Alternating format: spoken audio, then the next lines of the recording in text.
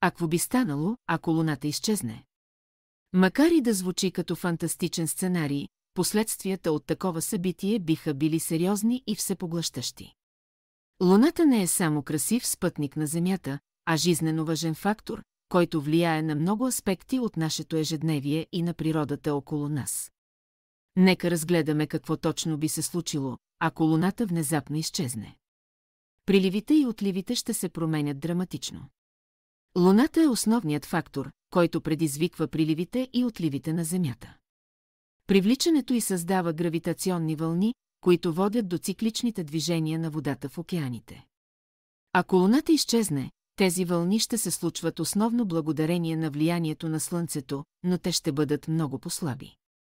Приливите ще станат около 3 пъти по-слаби, което би довело до сериозни промени в екосистемите на крайбрежията, където много животински видове разчитат на приливите за хранене и размножаване.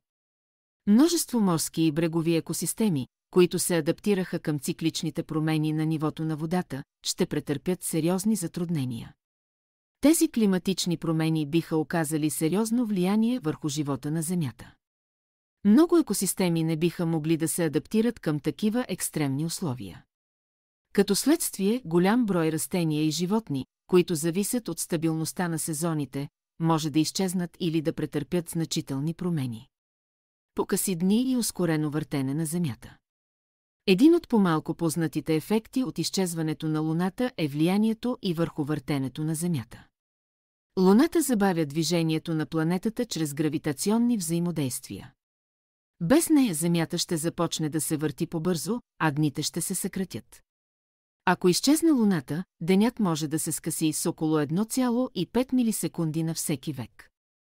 Това може да изглежда малко, но с течение на времето, разликата ще стане осезаема. Ако този процес продължи в бъдеще, Земята може да има дори денонощни цикли, които са значително по-кратки от сегашните 24 часа. Тъмни и страшни нощи. Луната е най-яркият обект на нощното небе, чиято светлина осветява планетата през нощта. Без нея нощите ще станат много потъмни. Макар звездите да са много по-ясни в такава тъмнина, животът на Земята, особено на нощните животни, би бил силно повлиян.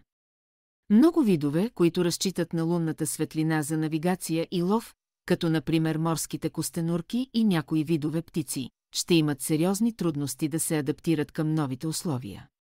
Културни и психологически последствия. Луната не е просто астрономически обект, тя е част от човешката история, култура и митология.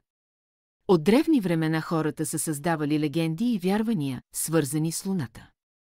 Много народи се е обожествявали, а нейният цикъл е бил използван за измерване на време. Липсата на Луна ще остави сериозна празнина в човешката култура, като хората ще трябва да преосмислят своето отношение към Вселената и нашето място в нея. Ако видеото ви е било интересно, не забравяйте да се абонирате за канала и да натиснете камбанката, за да не изпускате нови видеа. Благодарим ви, че гледахте.